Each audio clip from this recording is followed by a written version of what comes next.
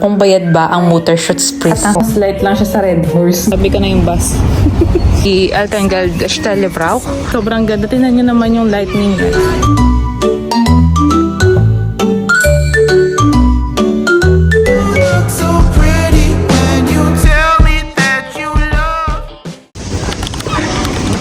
Guten Morgen, Leute. Sam hier. Willkommen zurück in meine Ein Tag in mein Lebensserie. Good morning, guys. Dito ulit tayo sa labas. And welcome back to our In My Life series. Itingin si ate. So, heute sind wir hier wieder draußen. Und jetzt ist 8:20 Uhr. Und wir gehen jetzt zu meiner Arbeitgeber. Und ich hole etwas. Ich hole die Bescheinigung, die Elterngeldstelle braucht für unser Elterngeld. Und ja, samahan niyo ako. So guys, ngayon papunta tayo sa aking employer kasi kukunin ko yung Bescheinigung o yung certificate na pina-fill upan ko sa kanila kasi yun yung kailangan ko dun sa Elterngeldstelle para ma-release na yung Elterngeld namin o yung allowance. 8:20 pa lang ng maga and yeah. Ayun, samahan niyo ako. Medyo madami ulit tayong errands today. Sabi ko dun sa Arbeitgeber ko sa email kahapon, mga Formitag ako pupunta. So nakita ko, Formitag is like 30 degrees na. So inagahan ko talaga ng gising. Good na lang din. Nakatulog ako ng maayos kagabi. So ayun, kaya maaga tayo ngayon. I-try ko onti mag-Deutsch ngayon kasi nakausap ko yung tita ko kahapon. Sabi niya, inopen niya yung pinost kong link sa Facebook account ko. Sabi, di naman daw niya naintindihan yung vlogs. So sabi ko, oo nga no. Pero syempre, ang purpose ko naman dun sa unang vlog ko na yun is to practice nga my Deutsch. Kasi nga naka-maternity leave ako noon. So feeling ko na bubobo na ako sa Deutsch. Kaya sabi ko, i-try ko lang, naisipan ko lang. Ganz spontan Entscheidung na mag-Deutsch ako. Saka alam ko naman sarili ko na hindi ako fluent mag-Deutsch. Gusto ko lang talaga siyang i-try. So, momentan sind wir hier jetzt im Park. Guck mal, Leute. Das ist hier in Deutschland, was ich sagen mag. Diese Park hier, Sie können hier einfach laufen, sehr sicher. Na?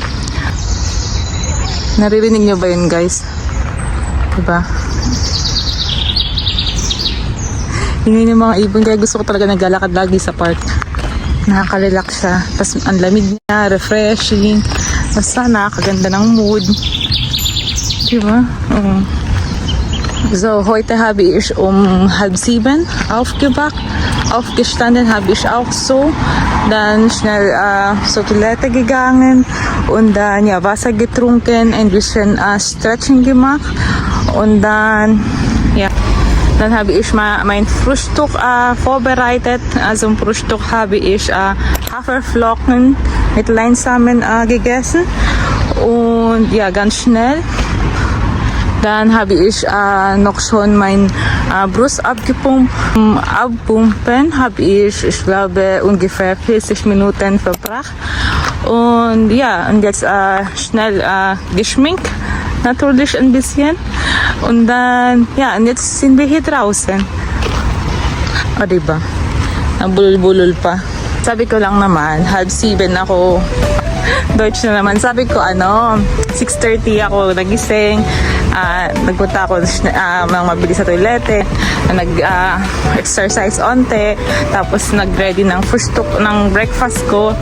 So ang breakfast ko is oatmeal with lime seeds. And then yeah, tapos breast pump na din ako for almost 40 minutes. Then guys, ang sarili. And yes. And nasa labas na tayo. Yun na yung sinabi ko yun, guys. Ganun lang siya. Ngayon, hindi pa masyadong mataas yung araw. So, ito guys, yung daan papunta dun sa employer ko. Diba, parang park pa din talaga siya. Kasi yan, may mga apartments na dyan. Yan. Pero gan scooting na nyo naman. Diba? Ang ganda. Nakaka-relax. Diba, pagpapasok mo doon, ito yung madadaanan mo. Hindi puro usok. So, papunta doon, lang naman, 10 to 15 minutes lang naman na lakad. So, pag mabilis yung lakad mo, edi mag-geshaft mo ng 10 minutes. Pero pag mabagal ka, is like 15 minutes, gano'n. Pero nung magbubuntis ako, dahil nagkatrabaho pa nga ako nung buntis ako, inaabot ako ng 20 to 25 minutes. Lalo na pag may snow dito, kalsada mismo, syempre, kailangan mo ingat. Inaabot ako ng 25 minutes talaga nun. Diba? Seashore is seashore. Char. Ganda na araw. Yun guys, dito na tayo. Dito aking katrabaho. Diba? Ano siya, Seniorenheim siya, home for the aged, pero naka-assign ako sa Vacoma, yung mga patient na petligerish o mga bedridden na may mga tracheostomy, yun yung mga inaalagaan ko. Yun guys, nakuha ko na siya, ito na. So, pwede ko na siya ipasa ulit sa Elton Gage Tele. Kaso, yung sa partner ko naman, ang iniintay namin. Like, magpapasa pa lang siya mamaya ng ganitong document na sa arbeit giver niya. Kasi nung una, hindi ko alam na kailangan din niya. Kasi nung pagkakaalam ko dati, ang may kailangan lang nito is ako, which is ako lang, kasi ako lang yun nakatanggap ng motor shops guild. So, ayun, yung pala kailangan din niya. Kasi tinawagan ko kay Elton Gage Tele nung isang araw, sabi, kung parehas daw kami magbe-entragen or mag-a-apply nung Elton Gage or nung parental allowance nga, kailangan din niya ng ganito. So, ayun, medyo may late pa din ako ng send ulit sa kanila nito kasi intayin ko pa yun sa partner ko. Then yun, ngayon ay papunta naman tayo sa insurance ko kasi ipapa-activate ko naman yung Gesundheitskarte ni baby. Kasi nakalagay dun sa sulat nila, kasama nga yung Gesundheitskarte, may kailangan daw siyang activate kasi yun nga, may PIN. Pwede ko daw siyang gawing online, pwede din daw pumunta sa filiale nila.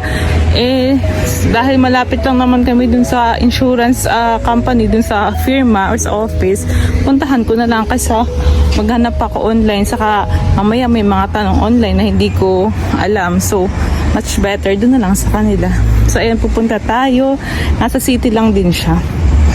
Then yun guys, pag na-activate na siya dun sa health insurance company na yun, dalhin ko naman siya dun sa kinder arts or dun sa pediatrician ni baby. Kasi nga, dati na nagpa-check up kami, noong unang check up niya dun sa kinder arts practice na yun, wala pa siya nung card. So, pinag-deposit muna kami ng like parang 50 euro. Yeah, 50 euro. Tapos sabi niya, then, ayun nga, makukuha ulit namin yung 50 euro pag binigay na namin sa kanila yung Gesundheitskarte or kaya pag nascan na nila yung Gesundheitskarte ni baby. So, ayun yung lakad natin today. Saka, baka pumunta din ako ng baby Abteilung kasi dahil nga warm dito hanggang July pa, yung short arm ni baby na mga damit, onti lang siya. So, check natin mga short arm doon na damit ni baby. Ayun la. So, tingnan pa natin kung saan tayo pupunta ngayon. So, yun. Andito ulit ako sa park. Grabe, sobrang ganda. Tingnan nyo naman yung lightning, guys. Diba? Ganda. Mamaya maglakad kami dito. Hapon. Ganda ng flower, guys. Diba? Isang tali is like 10 euro. Ganda. Anong flower kaya to? Ganda ng color. Tingnan nyo naman guys, sobrang fresh ng mga salat dito. Diba? May mga lupa pa. Ganun siya ka-fresh.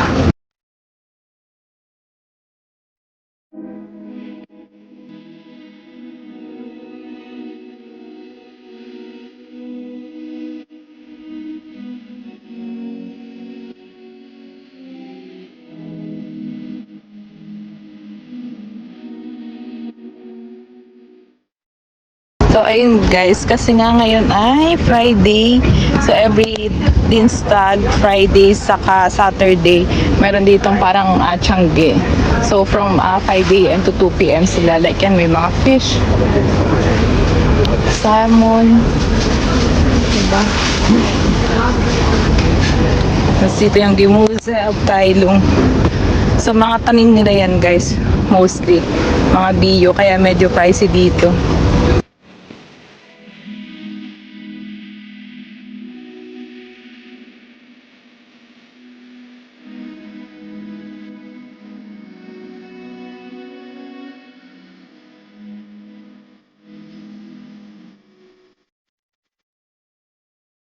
Ja, machen wir. So, diba? Ayun. Then, ayun na. Dito na tayo sa ating insurance company. Hindi naman dito kailangan ng termin. Yun nga lang, maghihintay ka kung may mga tao na dun. Pwede ka din magpa-termin. Kaso, yun, tatawagan mo sila para sa termin o kaya online. Hindi ko pa yun na-try kasi nga malapit na ako dito. Lagi lang ako pumupunta dito personal.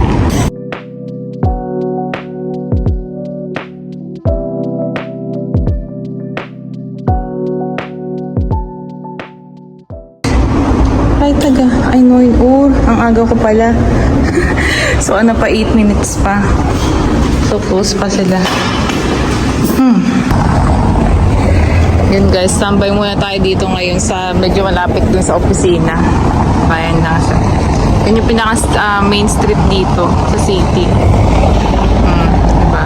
Dito yung Torre kung sa may mga nakatirang mga kaibigan kong Pilipino. Nahatorre talaga sila. Charot. Hindi lang sa pinakang-taas sila. Alam nyo ba guys, sobrang mas mainit dun sa kanila kasi pinaka-attic na sila, parang ganon. Yung sa amin kasi, kami na third floor, pero sa taas namin, doon pa yung pinaka-attic, tapos wala na nakatira doon. Kasi nga, feeling ko, ganun nga yung purpose. Kasi sobrang init pag summer, sobrang lamig pag winter. Feeling ko, in-exclude na nila yun para rentahan. Kasi nga, ganun nga yun. Sobrang init, sobrang lamig. Yung natanggap kong letter dito guys. So, ang insurance company ko is Farmer. Tapos, ganito yung matatanggap ko letter. Like, 2 pages siya. Nakalagay dito, Frau Abraham.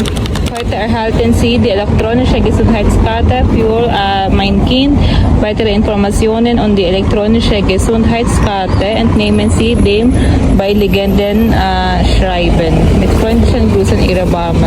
Tapos ayun, nandun sa next page is yung insurance card na nga ni baby. So ayun siya.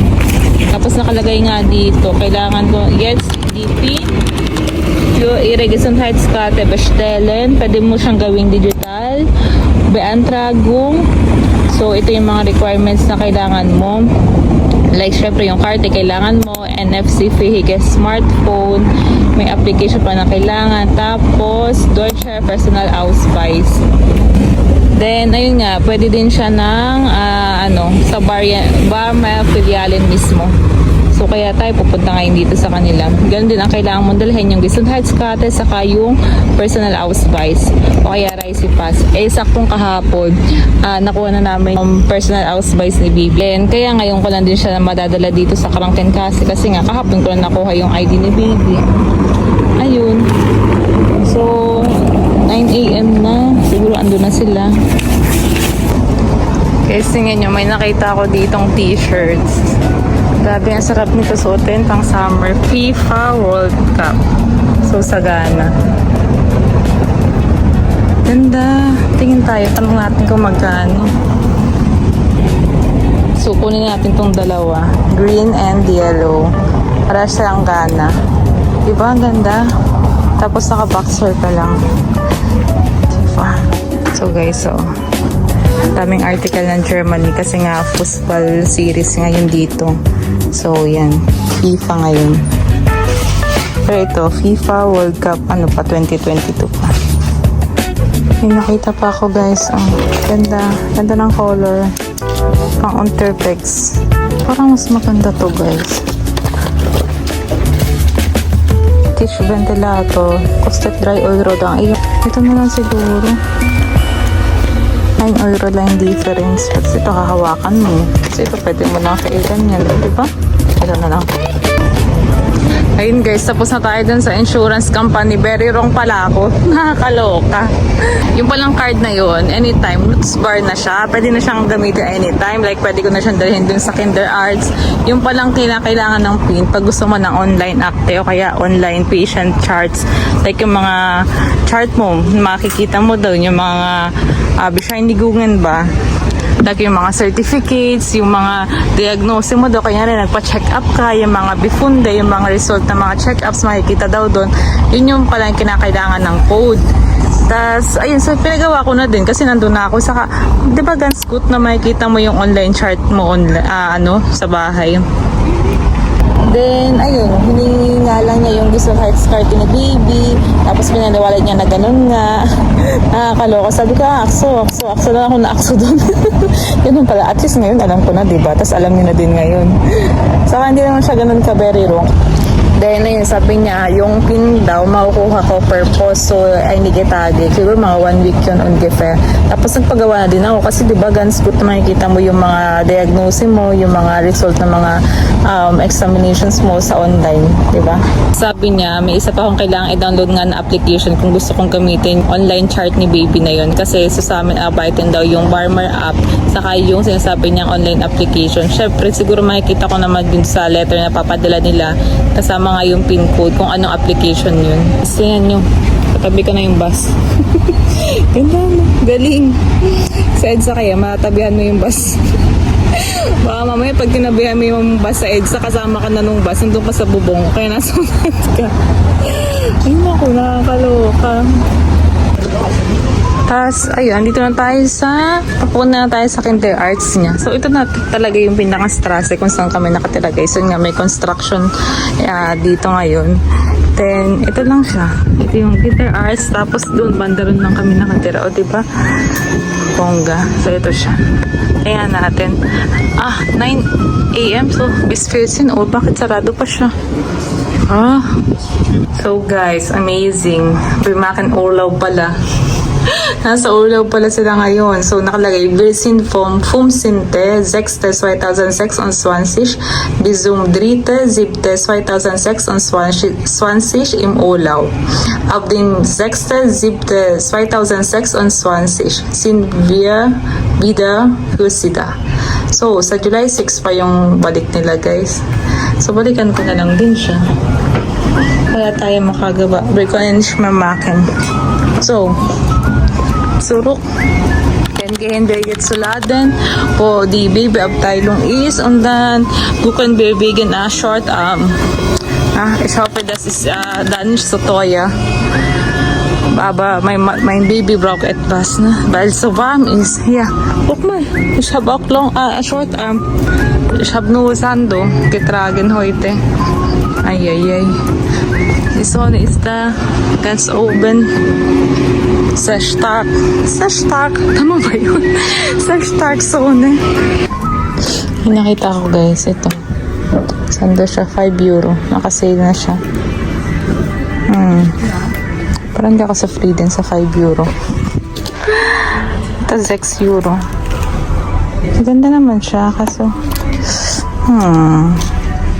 isang finish. Ito. Cute. Alam ko na. Sa Primark mura. Ayain ko na rin yung jowa ko. Ayain ko na rin yung jowa ko sa Primark. Mas mura doon for sure. Tama. Doon na lang. Pero magaganda naman sila. Pero, syempre, kung may mas mura naman, tapos okay lang na quality, ito na lang. Kasi lalakihan din naman nila yan. Guys, alam nyo ba?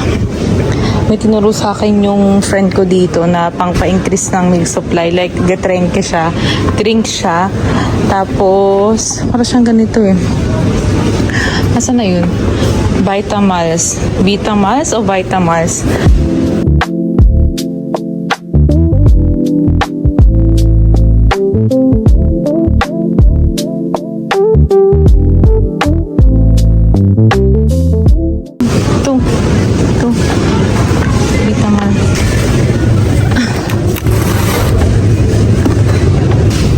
Isang piraso is 59 cent, 330 ml. Bili lang muna tayo ng dalawa kasi mabigat. Wala tayong kasama magbuhat. Yan nyo guys, sobrang daming energy drink.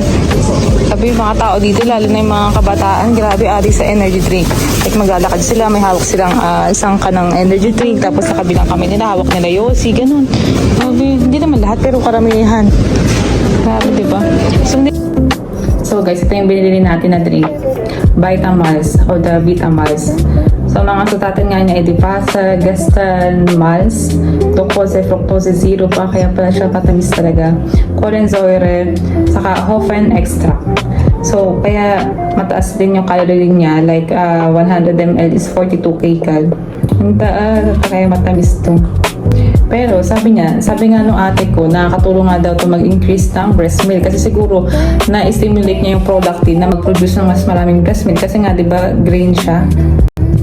Pwede naman natin i-try, pero hindi yung masyadong madami. Like, hindi mo ubusin itong isang bowl na to sa isang araw. Siguro kalahati lang. Tapos, ang hati, sa kinabukas niya kasi nga matamis siya. So, talaga ng paraan ginagawa ko para mag-increase yung breast milk ko. Kasi gusto ko talaga mag-breastfeeding. Diba? Nag-feed ayun. Tingnan natin. Matamis siya. Matamis yung amoy niya. Amoy pa lang niya. Matamis na. Tapos positive yung feedback about breastfeeding. So, why not i-try natin? Mukha siyang beer guys, pero wala siyang alcohol. Siyempre, bawal ang alcohol sa nag-breastfeed saka sa mga buntis. Alam ko, minsan daw, iniinom dito ng mga buntis kasi nga gusto mo like mataas yung protein niya, carbohydrates, ganyan. Tapos mga magnesium, calcium, mga ganyan. Pero nung nalaman ko na lang to, nung binisita ko ng ate ko, pag-anak ko dito sa bahay, sabi niya nga, nung nagbubuntis siya, tapos nag-breastfeed siya, umiinom siya ng vitamins. Kasi sobrang dami daw talaga ng supply niya. Pero di ba may mga gano'n naman talaga? May mga babae naman talaga madaming milk supply, may babae naman talagang konti lang or wala talaga. May isa pa akong binili nga kahapon, Boxforce na yun. So, kanina nang nag-oatmeal ako, di ba? Oatmeal, naka-increase na siya ng milk supply. Tapos may lime salmon pa siya, lime seeds. So, nilagyan ko siya ng Boxforce na yun sa ibabaw. Sa parang itoppings lang daw dun sa mild site mo. Tapos mamaya, ito na yung mga subiho ng breast pump ko. Di ba? Naka-ready na din siya. Magpapump na lang ako maya-maya pagkapahinga nga. And then, ayun, anong oras na? 10 o'clock na ulit. Bilis ng oras. Yung first pump ko kanina guys, 50, hindi, 40 ml lang yung nakuha ko.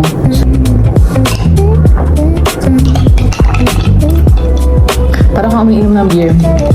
Like, parang yung mas light lang siya sa Red Horse, ganun. Sarap. At may yelo siya, hindi mo masyadong malasahan yung tamis. Pero siguro kung walang yelo, tapos wala mo siya iinumin, malalasahan mo na matamis siya. Pero pag may ice, okay lang. Diba? So guys, same day video din to pero i-voice over ko na lang kasi sinulit ko na lang muna yung oras ko para makipaglaro dun sa baby ko. So as of recording this video, naka motor shoots freeze pa ako at yun yung gusto ko namang i-share. So guys, may term na motor shoots, meron ding term na motor shoots freeze. So ano ba ang pinagkaiba nila?